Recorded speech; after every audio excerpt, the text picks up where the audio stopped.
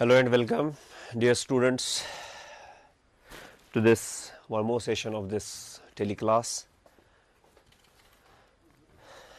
Accountancy for your class 12th. और बच्चों, we will take continuity from our previous class where we had been discussing about the profit sharing ratio. And in fact अगर आप पूरी इस partnership पे जो भी यहाँ पे डिस्कशन हुआ है उस पर ध्यान देंगे, उस पर जो डिस्कशंस हमने किए थे, मैं शॉर्ट रिकैपिचुलेशन कराऊंगा कि जो हमारा पार्टनरशिप का टॉपिक है उसमें फंडामेंटल्स में से हमने कुछ चीज़ें डिस्कस की हैं। इसके बाद रिकॉन्स्टिट्यूशन एंड इसके बाद डिसोल्यूशन।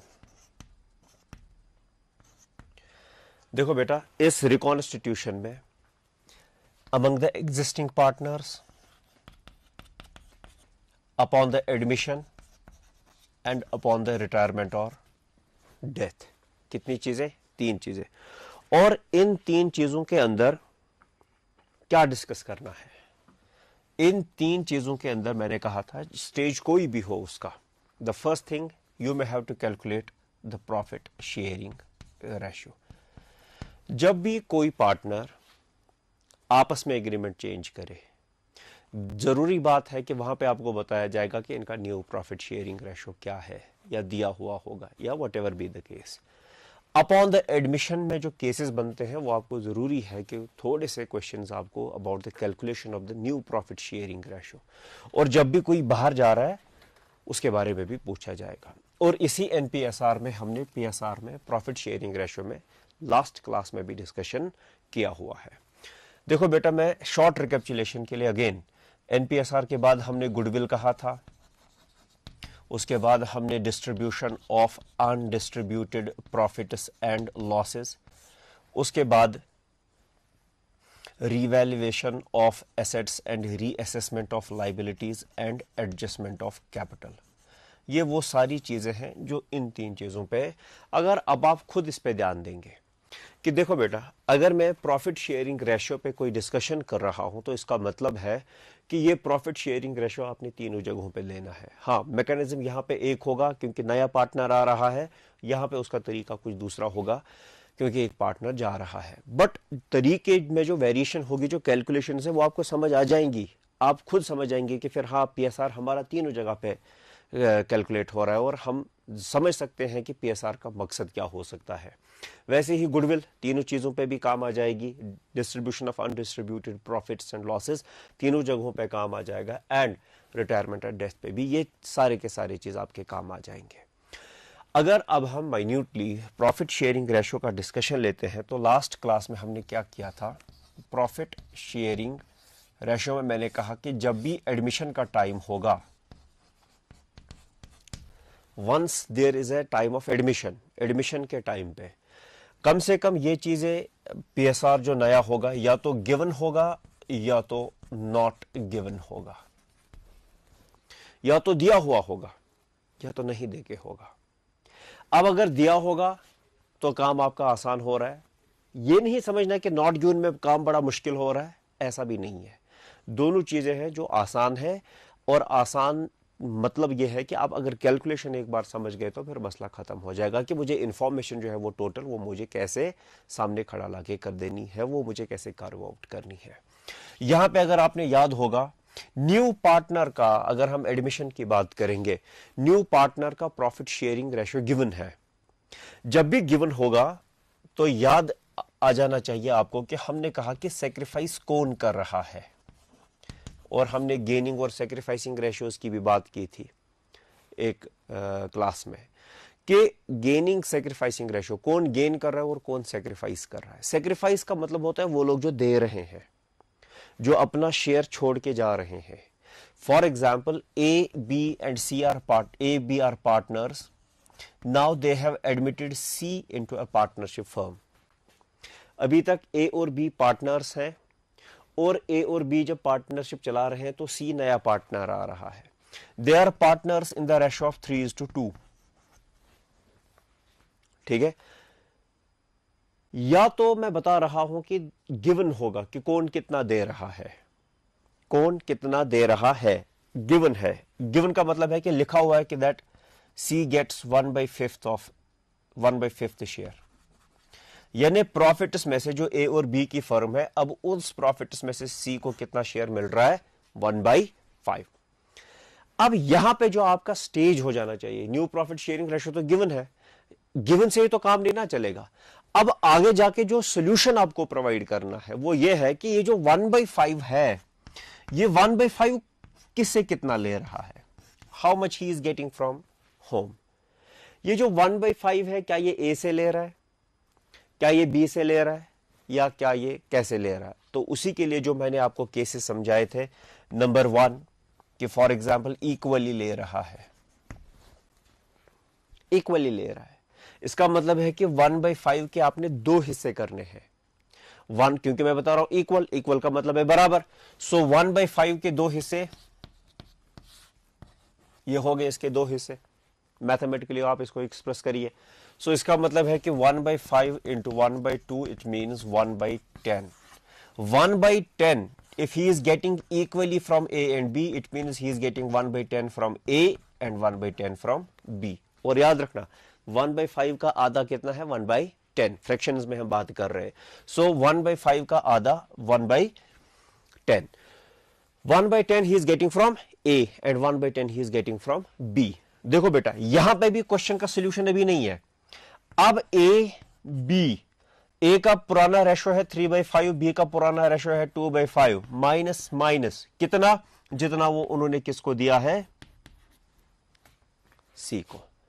तो जब आप ये कैलकुलेशन करके निकल जाएंगे, यहां पे जो आ जाएगा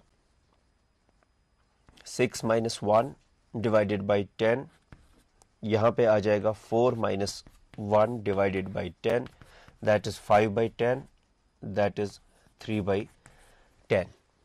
और जो नया पार्टनर है आपने उसको कितना दिया, 1/10, यानी 5 को रेज करना है 10 तक, डिनोमिनेटर बराबर आ जाना चाहिए। क्यों, क्योंकि जब आप किसी भी चीज में से फ्रैक्शंस में बात कर रहे हैं कि इतने हिस्सों में से कौन कितना ले रहा है, तो टोटल न्यूमरेटर्स का टोटल जो है, सारे न्यूमरेटर्स का टोटल जो है वो डिनोमिनेटर के बराबर आ जाना चाहिए।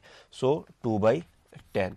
तो जब आप इसका निकालेंगे 5 और 3 हो गए 8, 8 और 2 हो गए 10, तो इसका मतलब है कि new profit sharing ratio will be 5:3:2। तो ये जो था that was old profit sharing ratio of 2 partners. Now collectively the new profit sharing ratio of the all partners will be 5:3:2। ठीक बात है बच्चे। तो ये शॉर्ट रिकैप्चुलेशन के बेस पे जो चीजें हमने की हैं, इसके बाद हमने ये भी कहा था अगर इक्वली नहीं ले रहे हैं, अगर इक्वली नहीं ले रहे हैं तो किसी और रेशो में ले रहे हैं। किस रेशो में, फॉर एग्जांपल 1/5 उसने 4:1 रेशो में निकाला, 3:2 रेशो में निकाला, यानी 1/5 का 3/5 उसने ए से लिया और 1/5 का 2/5 उसने बी से लिया। तो सबसे पहले आप उस सिचुएशन में क्या करेंगे, आप 1/5 का 3/5 निकालेंगे, वो आप ए के खाते से निकालेंगे, ए के शेयर से निकालेंगे। 1/5 का 2/5 आप कैलकुलेट करेंगे, वो जितना बनेगा वो आप किसके शेयर से निकालेंगे, बी के शेयर से निकालेंगे। यहां तक पहुंचने के बाद आपको इनका न्यू प्रॉफिट शेयरिंग रेशो मिलेगा। और ये तो 2 का है, उसमें आप तीसरा भी डालिए और आपका बनेगा new profit sharing ratio. Clear है यहां तक। तो इसमें हमने ये किया था कि इक्वली ले रहे हैं, किसी डिफाइंड प्रोपोर्शन में ले रहे हैं, या अगर क्वेश्चन ऐसे है कि for example A and B are partners, they admitted C into the partnership firm. Clear, they admitted C into the partnership firm for 1/5 share। और क्वेश्चन डायरेक्टली यहीं से शुरू करेगा, calculate new profit sharing ratio. यानी कि बताया जा रहा है कि ए और बी पार्टनर्स है in the ratio of 3:2। Clear, now they have admitted C as a partner for 1/5 share. ये नहीं बता रहा है क्वेश्चन कि ये 1/5 वो किससे कितना ले रहा है, क्या आधा ए से ले रहा है, आधा बी से ले रहा है, क्या 4 हिस्से ए से ले रहा है, 1 हिस्सा बी से ले रहा है, क्या 3 हिस्से, क्या 2 हिस्से ए से ले रहा है, 3 हिस्से बी से ले रहा है, या कुछ भी 7 हिस्से, 3 हिस्से, 10 हिस्सों में से कुछ भी। बट क्वेश्चन कुछ भी ऐसा नहीं बता रहा है, क्वेश्चन सीधा डायरेक्टली बता रहा है NPSR। तो NPSR में आप फिर याद रखेंगे that you will make it that old partners are sacrificing in old profit sharing ratio.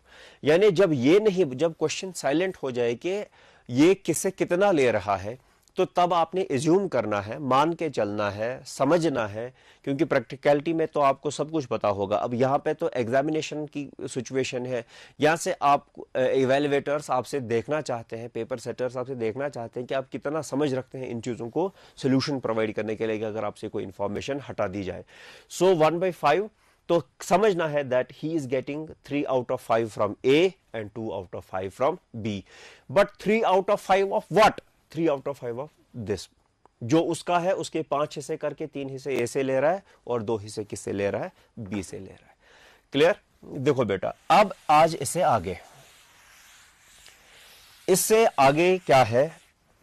For example, अब दूसरे तरीके से क्वेश्चन दिया गया हो। For example, A, B and C are partners in the ratio of 5, 3, 2। ये रेशो देके है। A, B, C पार्टनर्स हैं, यानी कि ये C नया पार्टनर नहीं है, बल्कि C ऑलरेडी इंक्लूडेड पार्टनर है। So A, B and C are partners in the ratio of 5, 3 and 2। They admitted D as a new partner for 1/8 share। कितना दिया? 1/8 शेयर। क्लियर? अगर यहीं पे कहो आपको कैलकुलेट एनपीएसआर, तो क्या करेंगे आप? जरा खुद जल्दी जल्दी सोचिए। अगर मैं क्वेश्चन को यहीं पे बस खत्म कर देता हूं, ABC are partners in the ratio of 5, 3 and 2, they admitted D as a new partner for 1/8 share, calculate new profit sharing ratio, then it means that 1/8 he is getting from all the partners A, B and C in the ratio of 5:3:2, जो हम अभी previous case में discuss कर रहे थे। Clear? अब अगर question ऐसा कहे, they admitted D as a new partner for 1/8 share which he gets from A only। अब इस क्वेश्चन से हमें आपको क्या समझाना है बच्चे, कि ये जरूरी नहीं है कि नया पार्टनर जो है वो हर किसी पार्टनर से शेयर ले। ऐसा भी हो सकता है वो थोड़ी ही पार्टनर से शेयर ले रहा है। अगर 10 नंबर ऑफ मेंबर्स है इस पार्टनरशिप फर्म के, वो 9 से ही ले रहा है, 1 को छोड़ रहा है, या वो 1 से ही ले रहा है, 9 को छोड़ रहा है। तो ये कोई जरूरी बात नहीं है कि जितने भी नंबर ऑफ मेंबर्स उसमें वो 1 से ले रहा है। ठीक है? So which he gets from A only, और आगे जाके आपको बताया जाएगा calculate new profit sharing ratio. तो फिर तो आपका काम और भी आसान हो गया। जब भी आपने न्यू प्रॉफिट शेयरिंग रेशियो निकालना होगा, तो आप किस तरीके से चलेंगे? आप बताएंगे ए, बी, सी। क्लियर? और हम साइड में किसको करके रख देते हैं? डी को, जिसका 1/8 शेयर है। What is the share with A? A के पास शेयर है 5/10, 5 और 3 हो गए 8, 8 और 2 हो गए 10। बच्चों ये याद रखना कि 5th शेयर बिलोंग्स टू ए, तो मैंने ए का शेयर लिखा 5 आउट ऑफ, वो कितने हिस्सों में से 5 हिस्से ले रहा है। आपने देखना कि फिर टोटल शेयर कितना है पार्टनर्स का। तो टोटल शेयर बनता है 5 + 3 + 2, 5 और 3 8 और 2 हो गए 10। So A is getting 5 shares out of 10 shares. So in the same manner B is getting 3 out of 10 shares, और सी कितना ले रहा है? 2/10। ठीक है? मैंने इसको साइड में रख दिया क्योंकि ये नया पार्टनर आ रहा है। अब यहां पे हम क्या करते जा रहे हैं? हम बताते जा रहे हैं कि जो नए पार्टनर का शेयर है 1/8, ये किससे लिया जा रहा है? ये सिर्फ और सिर्फ ए से लिया जा रहा है 1/8। यानी यहां से आपको कुछ नहीं करना है, यहां से आपको कुछ नहीं करना है, 0 0, यानी यू विल डिडक्ट 0। आप इनमें से 0 निकालेंगे। अब मुझे बताइए, जब 0 निकालना है तो लिखने का क्या फायदा जब कुछ निकालना ही नहीं है? तो आप इसको अनटचड रखिए। तो मैं आपके लिए 2 मिनट के लिए इसको लिख देता हूं, अनटचड आप इसको रखिए। ठीक है? वैसे लिखने की जरूरत नहीं है, because there will remain unchanged. क्योंकि क्वेश्चन ही बता रहा है। क्लियर? सो 5/10 माइनस 1/8 निकालिए, तो 8 5 are 40 minus 10 divided by 80 which is equivalent to 30/80 which is equivalent to 3/8। बनेगा या नहीं बनेगा? तो अगर आपसे अब कहा जाएगा कि बताओ बेटा कि नया प्रॉफिट शेयरिंग रेशो क्या है, इनको तो अनटचड रख देना है ना, हमने तो इनको छेड़छाड़ करनी ही नहीं है। जब हमने इनकी छेड़छाड़ ही नहीं करनी है तो हम डायरेक्टली लिखेंगे that new profit sharing ratio among all the partners, among all the partners, सब पार्टनर्स को मिला के, including the new profit, new partner. तो इसका क्या बनेगा 3/8 इज टू इसका अनचेंज्ड 3/10, इसका अनचेंज्ड 2/10 और मिला के मतलब नए पार्टनर को मिला के 1/8। So this will be the new profit sharing ratio. मगर इस न्यू प्रॉफिट शेयरिंग रेशो में आप एडजस्टमेंट्स कर लेंगे, या तो आप 10 को इन दो 10 को 8 के बराबर लेके आ जाएंगे, या इन दो 8 को आप 10 के बराबर लेके आ जाएंगे, ताकि डिनोमिनेटर जो है वो सेम हो जाए। अब आप खुद ही निकाल सकते हैं कि कैसे इसको लेके आ जाएंगे। तो अगर इसको 5 से मल्टीप्लाई करेंगे ये बनेगा 40, इसका एलसीएम भी आप निकालिए, वो बनेगा 15/40। जब भी मैं रेज करूंगा मैं दोनों को रेज करूंगा, न्यूमरेटर एंड डिनोमिनेटर को। देखो बेटा सेम लाने के लिए आप इसको एलसीएम निकालिए, और एलसीएम में जो आंसर आ जाएगा वही सब का डिनोमिनेटर होना चाहिए। और जब वो सब का डिनोमिनेटर आ जाएगा, तो क्योंकि यहां पे मुझे लग रहा है कि 5 8 are 40, 10 4 are 40, तो इसका मतलब 40 इसका एलसीएम आ जाना है। तो 40 इसका एलसीएम जब आ जाएगा तो मैं 40 ही सबका डिनोमिनेटर बना देता हूं। So what I will do, 3 and 8, मुझे देखना है कि डिनोमिनेटर किस चीज से 40 बनेगा। तो 5 से बनेगा 8 5 are 40, तो 5 इसको भी मल्टीप्लाई करेगा, इसको भी मल्टीप्लाई करेगा। सो 5 3 are 15, 5 8 are 40। ये 40 किससे बनेगा, 4 से, so that will be 12/40, so that will be 8/40 and that will be 5/40। अब मुझे क्या चीज है देखना है कि मैं ठीक जा रहा हूं या नहीं। 15 और 12 कितने हुए, 27, 27 और 8 कितने हुए, 35, 35 और 5 हो गए 40। इसका मतलब है कि जो मेरी कैलकुलेशन अभी तक है वो अर्थमेटिकली ठीक है, और मैं लिख देता हूं 15:12:8:5। ये बनेगा new profit sharing ratio. Clear? आप इसको रिड्यूस्ड मैनर में भी लिख सकते हैं। रिड्यूस्ड मैनर के अब हम जब इनको फॉर एग्जाम्पल 6 2s are 12, वो इसको डिवाइड नहीं करेगा, या 5 3s are 15, 5 1s are 5, वो इन दो को नहीं करेगा। तो अगर सब आपके बन रहे हैं उस पैटर्न के कि आप उनको रिड्यूस कर सकते हो तो करिए रिड्यूस, इसमें कोई problem.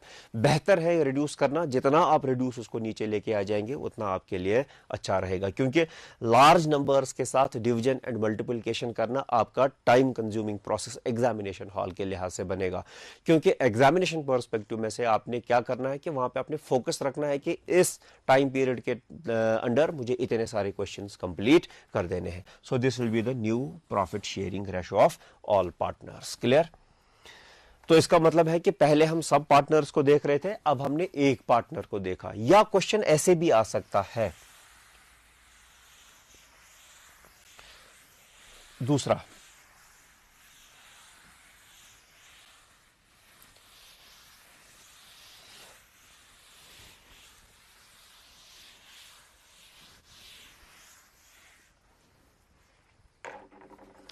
A, B, C are partners in the ratio of 5 3 and 2। वही क्वेश्चन में लिख देता हूं, they admitted D as a partner for 1/8 share.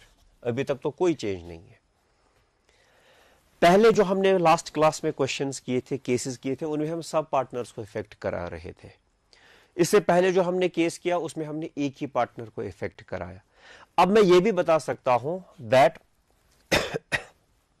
Sorry D in this manner C's share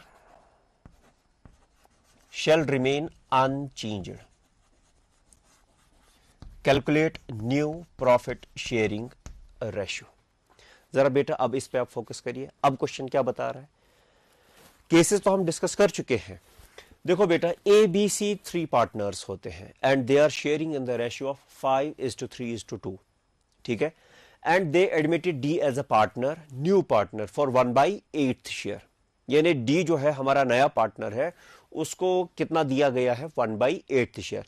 और जो ही बात हो जाएगी कि नया पार्टनर आ चुका है और नए पार्टनर को शेयर दिया गया है, तो आपने अब यहां पे आगे आके ये फोकस करना है कि इस डी को जो शेयर मिला है, ये इसको कौन कितना दे रहा है, who is giving how much. मगर who is giving how much में जो कंडीशन लगा दी गई है, that is C's share will remain unchanged. C's share will remain unchanged का मतलब होता है कि ये सेक्रीफाइस के लिए साइलेंट है। ही और सी जो है वो सेक्रीफाइस के लिए साइलेंट है, यानी कि डी के आते आते सी जो है वो चुपचाप बैठा है। वो बोलता है कि आप 2 दे दो, they will be the sacrificing partners and he will not sacrifice anything. तो मुझे नहीं आपको नहीं लगता है कि ये उस पहले केस का रिवर्स है? वहां पे सिर्फ डी दे रहा था, ये 2 साइलेंट थे। तो क्वेश्चन ने आपको समझाया कि अब एक साइलेंट है तो 2 देने वाले हैं। अब जब 2 देने वाले होंगे, वो क्वेश्चन तो इजी था क्योंकि वहां पे डी का शेयर 1/8 था। याद रखना, इस चीज को नेग्लेक्ट नहीं करेंगे आप। वहां पे भी डी का शेयर 1/8 था और 1/8 देने के लिए कौन था? सिर्फ और सिर्फ ए। लास्ट केस में 1/8 को देने के लिए कौन था? सिर्फ और सिर्फ ए। तो आपने इजीली सारा का सारा 1/8 किससे निकाला? ए से निकाला। अब आप 1/8 जो है वो आप नहीं निकाल सकते हैं ए से, बल्कि वो आपने कितने पार्टनर से निकालना है? 2 से। तो यहां से फिर से आ जाता है सवाल कि किस रेशियो में। क्लियर? सो 1/8 अगर डी का शेयर है, 1/8 जो उसका शेयर है उसको कंट्रीब्यूट करने वाले कौन कौन है? ए और बी। मगर यह नहीं बताया गया है कि ए और बी कितना दे रहे हैं। देन क्या बताया गया था इससे पहले जो केस मैंने आपको लिखवाया? Then A and B are contributing और sacrificing in favour of D in the given ratio, in the old profit sharing ratio. यानी इसका मतलब है डी का जो शेयर है 1/8, वो उसको सैक्रिफाइस कौन करता है? ए और बी। किस रेशो में वो करेंगे? 5/8 रेशो में। क्लियर? 5:8, 5:8, यानी 5 out of 8 will be given by A and 3 out of 8 will be given by B. और मुझे ये बात बतानी चाहिए कि that you should now be able to calculate it. तो कैसे आप करेंगे? You will write down A, B, C और जो नया पार्टनर है दैट इज डी, और उसका शेयर क्या है? 1/8। जब 1/8 पे आप पहुंचे तो आप खुद ब खुद लिखेंगे what is the old share of A. Old share of A is 5/5 कितना? 5 और 3 8 और 2 10। समझ लिया अभी तक आप लोगों ने? क्योंकि अगर मैं बीच में फ्रैक्शन ऑफ द सेकंड्स आपको गैप दे देता हूं, इसका मतलब है किसी फ्रैक्शन ऑफ सेकंड्स में आप अपने दिमाग में ये बात आ जानी चाहिए। जब तक मैं उसका फ्रैक्शन ऑफ सेकंड्स में आंसर बताऊं, आपका भी आंसर उसी टाइम में आ जाना चाहिए घर बैठे बैठे कि क्या हो रहा है। सो बीस शेयर इज 3/10, 5 और 3 8 और 2 10 एंड सी शेयर इज 2/10। क्या बेटा समझ आ रही है बात? That this will remain unchanged. Why will this remain unchanged? Because question states. जो क्वेश्चन की सिचुएशन हमें देके है, जो क्वेश्चन में हमें बताया गया है, उसी क्वेश्चन की सिचुएशन के हिसाब से हम आगे जा रहे हैं। क्योंकि इस क्वेश्चन ही में बता रहा है कि आप सी के साथ छेड़छाड़ नहीं करेंगे। सी का यही रेशो आगे भी न्यू फॉर्म में होना चाहिए। हां, अब आप माइनस करते चले जाएंगे। मुझे लगता है कि अभी तक आपको समझ आ जाना चाहिए कि 1/8 किसका शेयर है? डी का। वो किससे कितना ले रहा है? 1/8 का वो किससे कितना ले रहा है? 1/8 का वो 5/8 ले रहा है। किससे? He is getting it from A, यानी he is getting 5/64 from A and in the same manner 1/8 का 3/8 he is getting from 3/64 he is getting from B.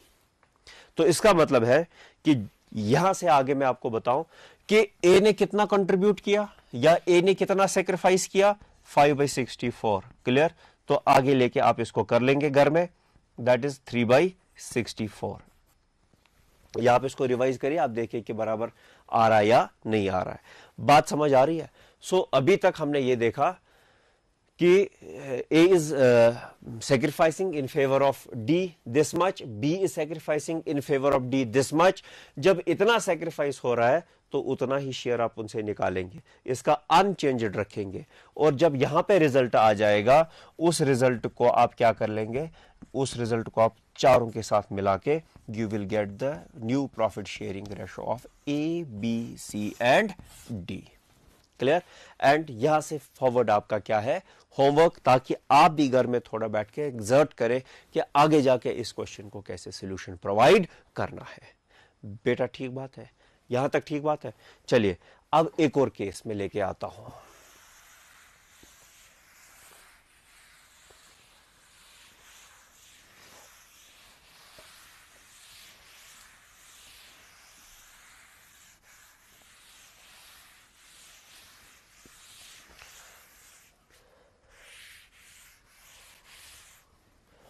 देखो बेटा,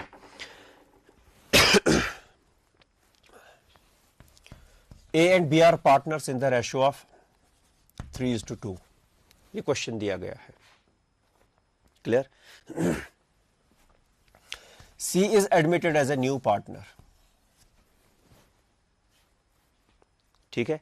अच्छा, अगर यहां तक आप पहुंचे, मैं फिर से जल्दी जल्दी बता दूंगा कि जब भी मैंने कहा था PSR profit sharing ratio given होगा, नॉट गिवन होगा। प्रॉफिट शेयरिंग रेशो किसका? न्यू पार्टनर का। मैं सिर्फ इतना बता रहा हूं, A and B are partners in the ratio of 3:2, C is admitted as a new partner। अभी तक बेटा हम क्या डिस्कशन कर रहे थे? अभी तक जितने भी केसेस हमने किए तो कम से कम मैंने कहा that C is new partner, D is new partner, और साथ साथ में हमने उनका शेयर भी दिया दैट D has got 1/8। फिर हमें आगे जाके ये देखना था कि ये 1/8 किससे कितना ले रहा है। C is admitted as a new partner for 1/5 share, और ये भी आगे लिख के होता था कि उससे इतना ले रहा है, इक्वली ले रहा है, अगर इक्वली नहीं है तो फिर in their old profit sharing ratio ले रहा है। तो किस लिहाज से भी ले रहा है, किस तरीके से भी ले रहा है, जिस तरीके से भी ले रहा है वो तरीके सारे डिफाइन थे। अब यहां पे ये बताया जा रहा है A contributes या sacrifices 1/10 of his share and B sacrifices 1/5 of his share। ऐसे लिखता हूं मैं, calculate NPSR new profit sharing ratio. मगर याद रखना, मैं यहां पे नहीं डिफाइन कर रहा हूं कि सी का शेयर क्या है। This is the case which I want to discuss. Clear? यानी कि प्रॉफिट शेयरिंग रेशो जो है वो नॉट गिवन है, यानी सी का शेयर नहीं देके है, बल्कि उसके बदले ऑल्टरनेटिव इंफॉर्मेशन देके है। क्योंकि मैथमेटिकली अगर ये चीज मुझे नहीं देके है तो मैं लेट करके निकाल सकता हूं, या क्या भी चीज है, यानी कि ऑल्टरनेटिव इंफॉर्मेशन ऐसे देके होती हैं कि अगर इस तरीके से, इस रास्ते से, इस वे से मेरा आंसर नहीं निकल रहा है, मैं दूसरा कोई रास्ता, ऑल्टरनेटिव रास्ता निकालूंगा। सो अभी क्वेश्चन की सिचुएशन क्या है? This is the situation of the question. ये हमारा ब्रॉड क्वेश्चन है। So A and B are partners in the ratio of 3:2। They admitted C as a new partner. बस ये नहीं लिखा है that C is admitted for 1/5 share, 1/4 share, 1/8 share, nothing like that। बस it is written, it is mentioned here only that C is admitted as a new partner, but the further information is given। What is given? A surrenders 1/10 of his share। A दे रहा है 1/10 of his share।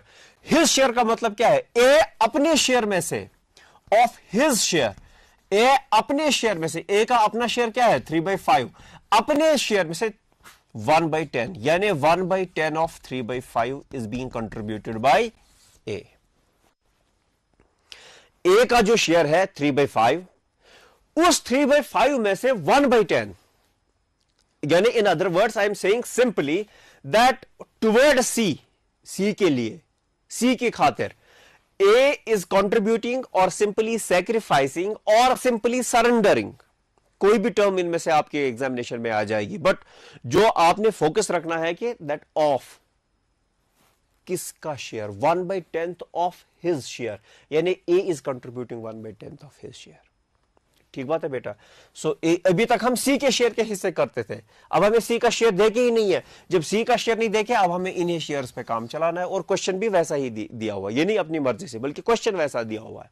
So A has a share of 3/5, और 3/5 का वो 1/10 किसके favour में दे रहा है, सी के शेयर में फेवर में दे रहा है। And in the same manner B is contributing 1/5 of his share, B is contributing 1/5 of his share, तो B का शेयर क्या है, 1/5 of 2/5, यानी B का शेयर है 2/5।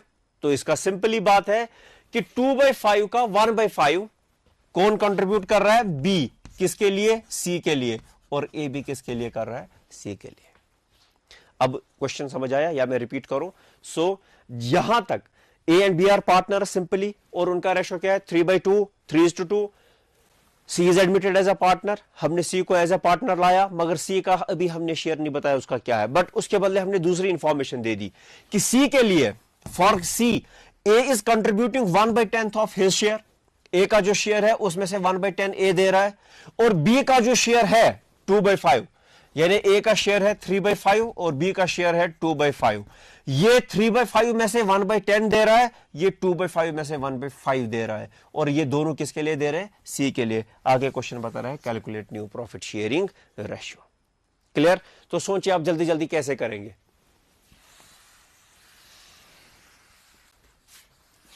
सोचा? मुझे लगता है कि that maximum student should have got the answer. ठीक है, नहीं आ रहा है तो कोई बात नहीं, हम हैं आपके लिए इधर, और यही हमारा मकसद है।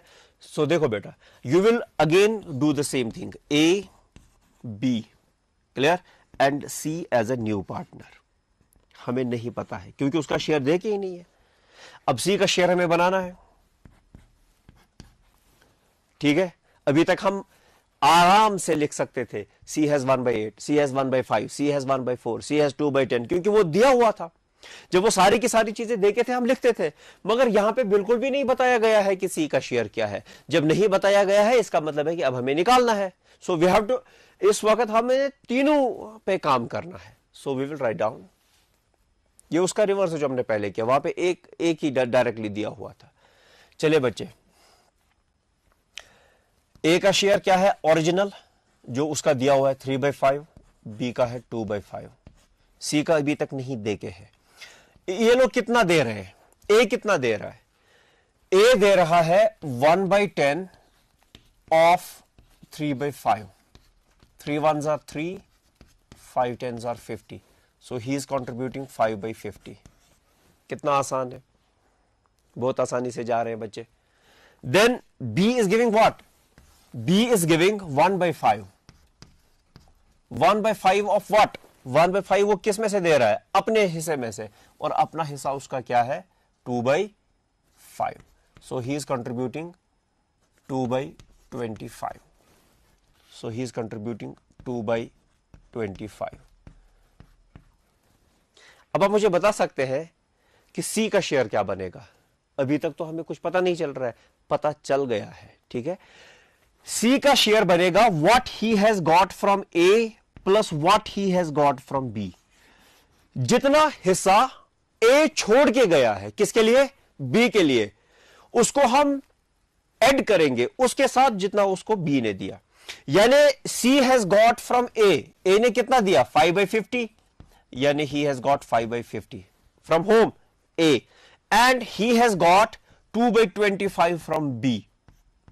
ये दोनों हिस्से C ने लिए हैं, इतना उसने A से लिया है। फॉर एग्जाम्पल, ये ऐसी बात है, मैं आपको बताऊंगा कि आप स्कूल में थे, आपको पैसे की जरूरत थी, आपने एक सर से या मैम से, आपने एक टीचर से, टीचर 1 से आपने 10 रुपए लिए और टीचर 2 से आपने 8 रुपए लिए। तो बताइए आपके पास टोटल अमाउंट क्या आया। तो आप बताएंगे कि the amount which I have got from teacher 1 plus the amount which I have got from teacher 2, उन दोनों से मिला के द इक्वलेंट, या जो उसका ये बनेगा sum, that is 18 rupees. So you have got from both the teachers 18 rupees.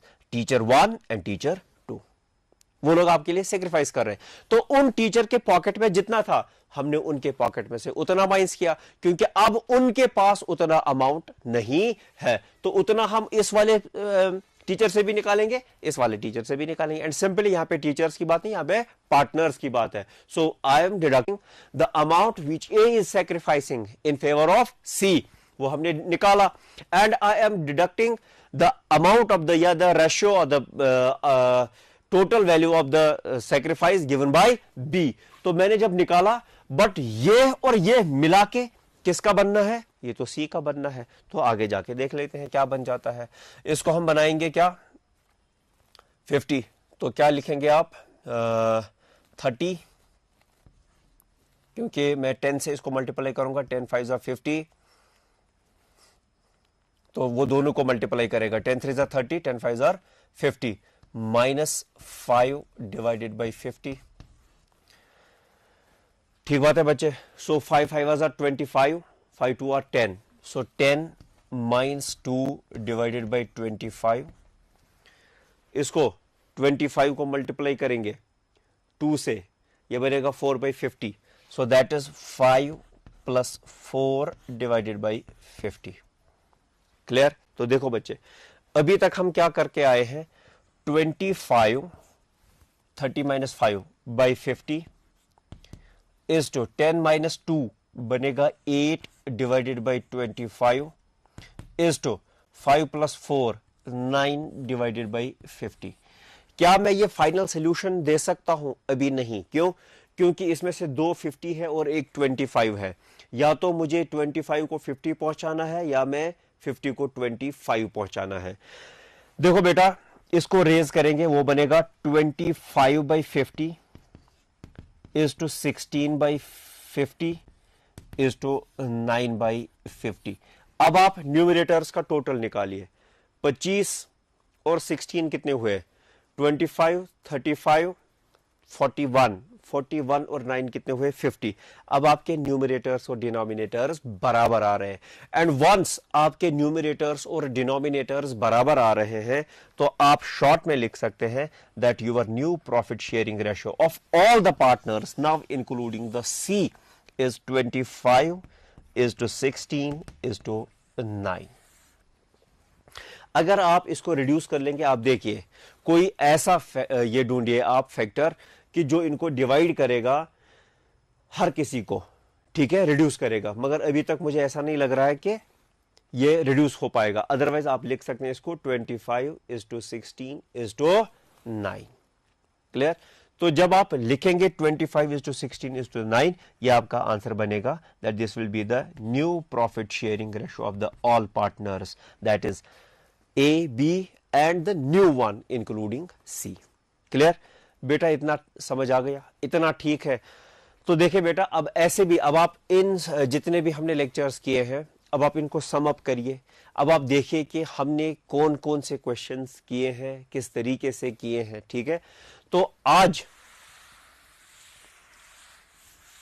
हमने फ्रॉम, ये जो ऑफ है, ये वाला केस भी निकाला, और इससे पहले हमने फ्रॉम वाला केस भी निकाला, दैट ही गेट्स 1/8 फ्रॉम ए. ठीक है, तो इस फ्रॉम और ऑफ को आप पूरा देख पाएंगे. जब भी आप होमवर्क करेंगे, तो आप जब भी लिखा होता ही गेट्स 1/8 फ्रॉम ए और he gets 1/8 of A, for example 1/8 from A and 1/8 of A, इस केस पे आप फोकस कर लेंगे. ये मैं आपको सेकंड होमवर्क दे रहा हूं, क्योंकि जब भी आप बुक्स ओपन कर लेंगे, उस पे पूरा फोकस करके देख लेना कि क्वेश्चन की सिचुएशन क्या होती है. और क्वेश्चन जब मुझे बताएगा that the new partner, let it be C, new partner C gets क्या 1/2 फ्रॉम ए और 1/2 ऑफ ए. तो 1/2 फ्रॉम ए और 1/2 ऑफ ए में क्या फर्क है. तो अभी हमने किया कि इसमें आपने ए का 1/2 ढूंढना होता है, और यहां पे आपने ए का 1/2 डायरेक्टली निकालना होता है. क्लियर बात यहां तक. देखो बेटा, अब अगर इस न्यू प्रॉफिट शेयरिंग रेशियो में इसके साथ साथ अभी हम new profit sharing ratio upon the admission कर रहे हैं, क्योंकि यही चीज आपने आगे जाके रिटायरमेंट और डेथ में लेनी है। हाँ, सिर्फ इतना फर्क होगा कि एडमिशन में पार्टनर आ रहा है, रिटायरमेंट और डेथ में पार्टनर जा रहा है, बस इतना मसला है। अच्छा, अब हम चले जाएंगे next, that is guarantee. Situation में ऐसा भी होता है कि किसी भी इनकमिंग पार्टनर को कोई पर्टिकुलर गारंटी दी जाती है प्रॉफिट के रिलेटेड। क्लियर? कोई भी ऐसी सिचुएशन आ सकती है। कैसे? For example, A and B are partners. क्या है? A and B are partners sharing profits and losses equally. Sharing profits and losses equally. ठीक बात है बच्चे?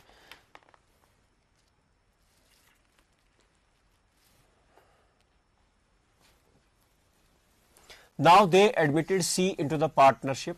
सी को हमने पार्टनरशिप में लाया फॉर 1/5 शेयर। बताओ इस वक्त सी का शेयर गिवन है या नहीं है? सी का शेयर गिवन है।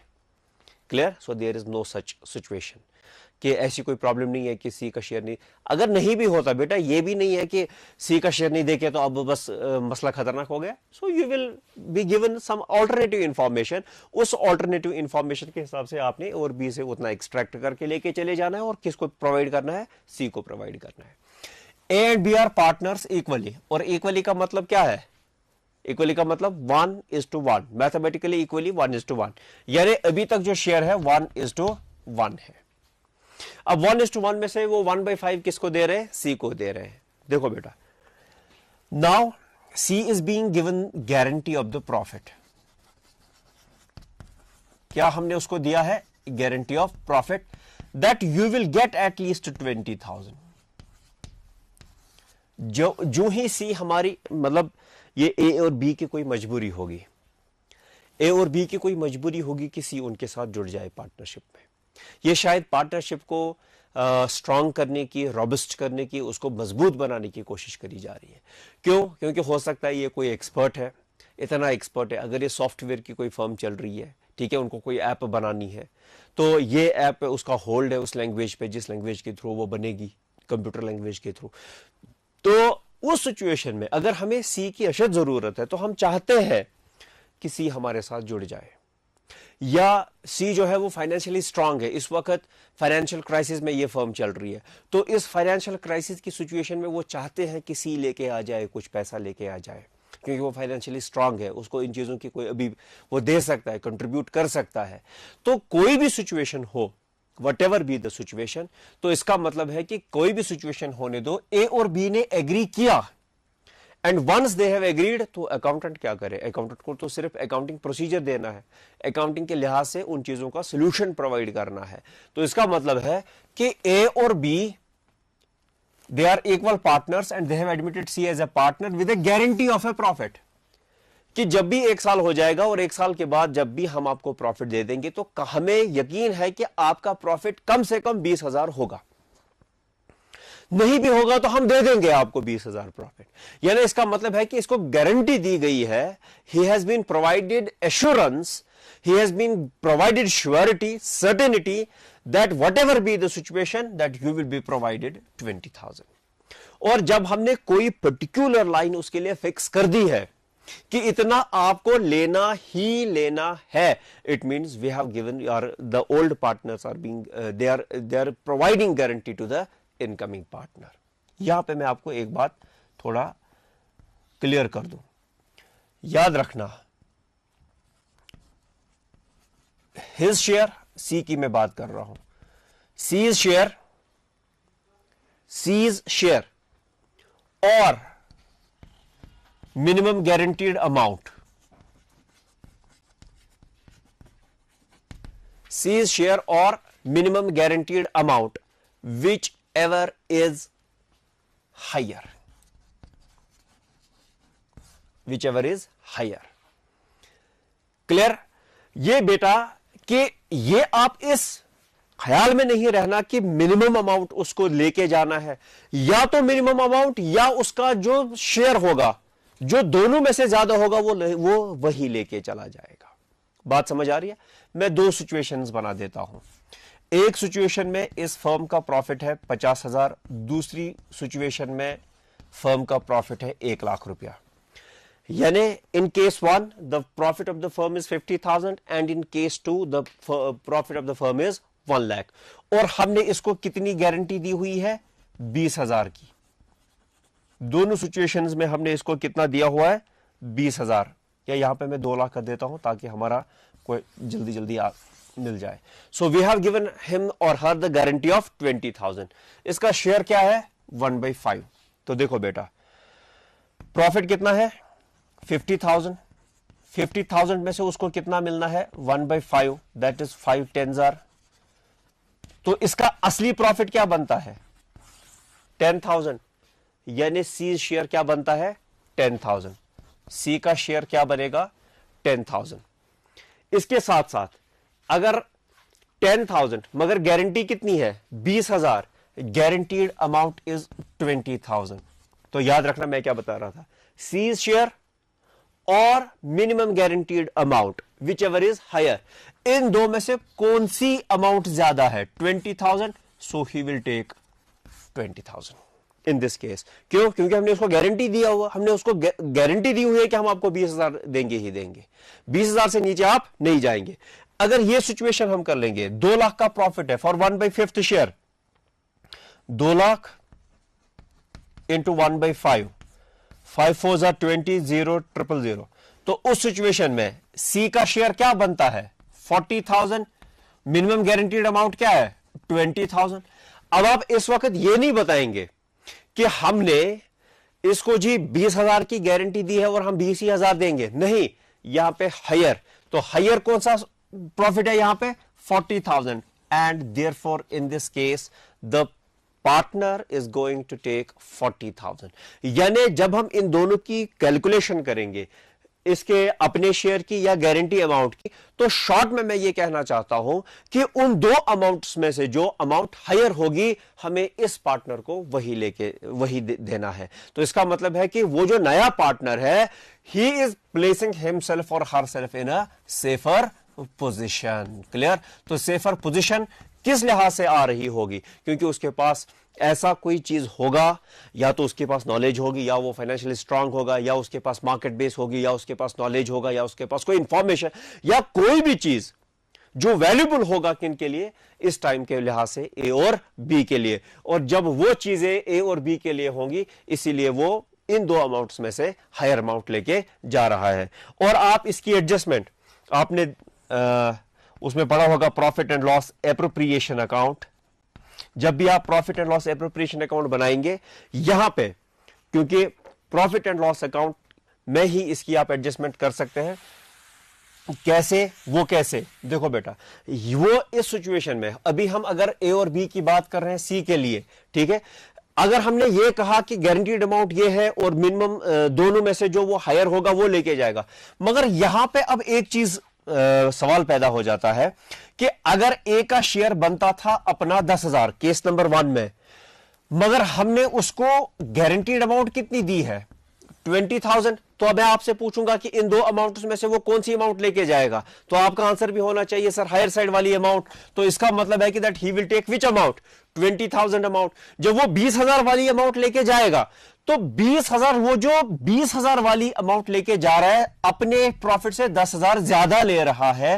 ये 10,000 कौन बियर कर रहा है? ये 10,000 कौन बर्दाश्त कर रहा है? तो इसीलिए हम ये यहां पे नेक्स्ट क्लास में हम पढ़ेंगे कि ये जो डिफरेंस अमाउंट है, उसके लिए कौन सेक्रीफाइस कर रहा है या उसको कौन बेयर कर रहा है। तो इस अमाउंट को कौन बर्दाश्त कर रहा है? अगर इस सी पार्टनर को कितना लेना था? 10,000 अपने शेयर के हिसाब से, मगर गारंटीड अमाउंट के हिसाब से उसको ज्यादा लेना है, 15, 20, 25, 30। वो जो डिफरेंस अमाउंट है वो हम किससे हासिल करेंगे? तो आपने याद रखना होगा कि when once a guarantee is being provided to a partner, तो आपने ये देखना है क्या वो कलेक्टिवली सब पार्टनर्स दे रहे हैं in the form of the firm, या फ्यू पार्टनर्स, या इंडिविजुअली कोई पार्टनर प्रोवाइड कर रहा है। तो बेटा ये आप बराबर याद रखेंगे, क्योंकि जब भी हमारी नेक्स्ट क्लास होगी वो हम यहां से शुरुआत करेंगे। तो फिर आज के टॉपिक में हमने क्या देखा?